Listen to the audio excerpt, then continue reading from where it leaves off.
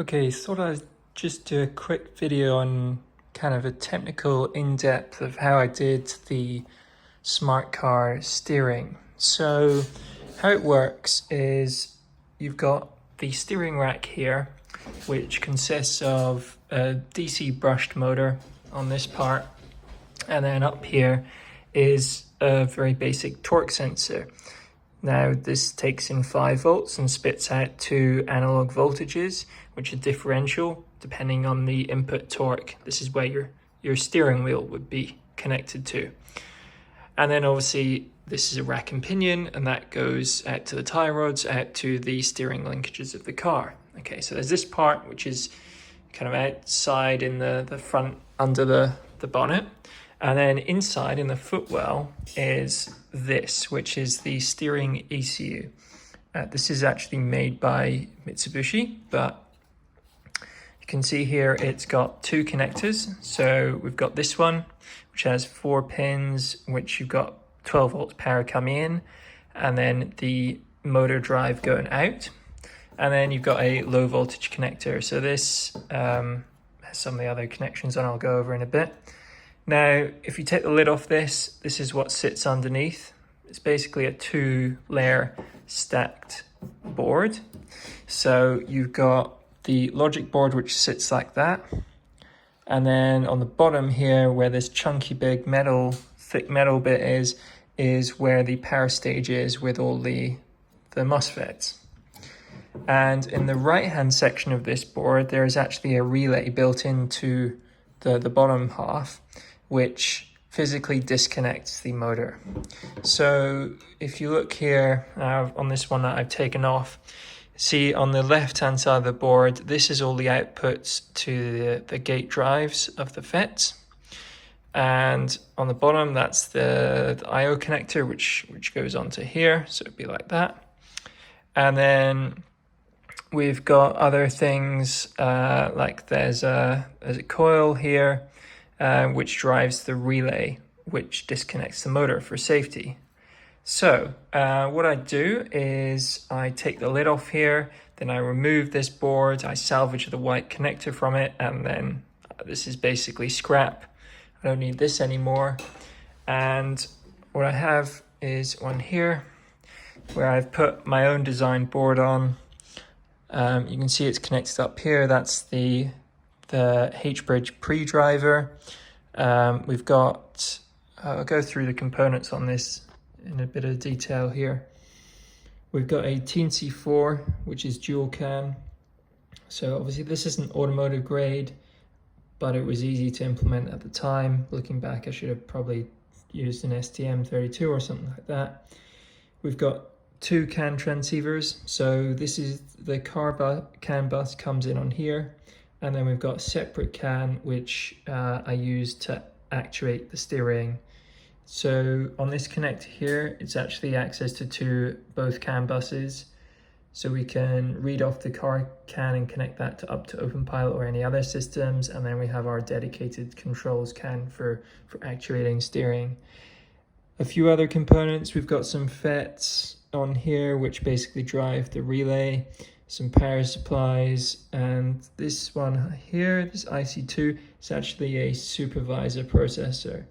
So that's a ATtiny25, which has a very small amount of code on, which basically does a cross-check on the output that this is putting to the motor to make sure it's safe. And if anything is not safe, it goes into the circuitry and it pulls the relay. So that's a hard cut of the motor. Completely different code base, different architecture, and different system. So this has authority, and if it sees anything is not right, it has the last decision to cut the motor. Now up here, I've also added a temperature sensor. It looks like in the original design they didn't have a temperature sensor. Maybe they modeled the temperature or got so confident that it didn't overheat. Since I'm going to be driving the motor a bit more than just normal steering assist for autonomous stuff, I added in a temperature sensor here, which just goes to the heat sink and then solders back up there to monitor that. So that's pretty much it. Unfortunately, the top case does not fit on anymore. I might make a 3D printed case or something, just because I've added a little bit of height here with the different connectors. So that's the hardware overview. I've got one hooked up here. So you can see I've got the low voltage connector now. All I've got connected to this is ground, and this is a power, this blue one. You can see these 4 wires, these would go to the torque sensor, which I don't currently have hooked up because I broke the torque sensor on this, taking it apart and figuring out what was inside, because I was curious. And then we've got CAN bus coming out here, but I've also got CAN bus connected via this connector here. And we've got both of those CAN bus going into my CAN sniffer dongle, which is reading the CAN bus and displaying it on the computer. So you can see here there's a few different messages that I've got. I've got steering status, which is a message coming from my steering ECU, and it's got a few different things in. It's got the driver torque, which is a torque measured from the input here, and it's got the torque that it's applying to the motor. It's got a status, whether it's okay or not, and whether the checksum you're sending is good or not. And that's pretty much it. And then what I've got, and just for this bench setup, this wouldn't be in the car. This would be in place of either OpenPilot or whatever computer you'd use to actuate the steering, brakes, throttle. So this is just a little PCB I made up with a RC receiver, and it's got a RC remote here, and this is sending out CAN bus, and this is sending out so these are the 3 messages. It's sending brake, steering, and gas commands.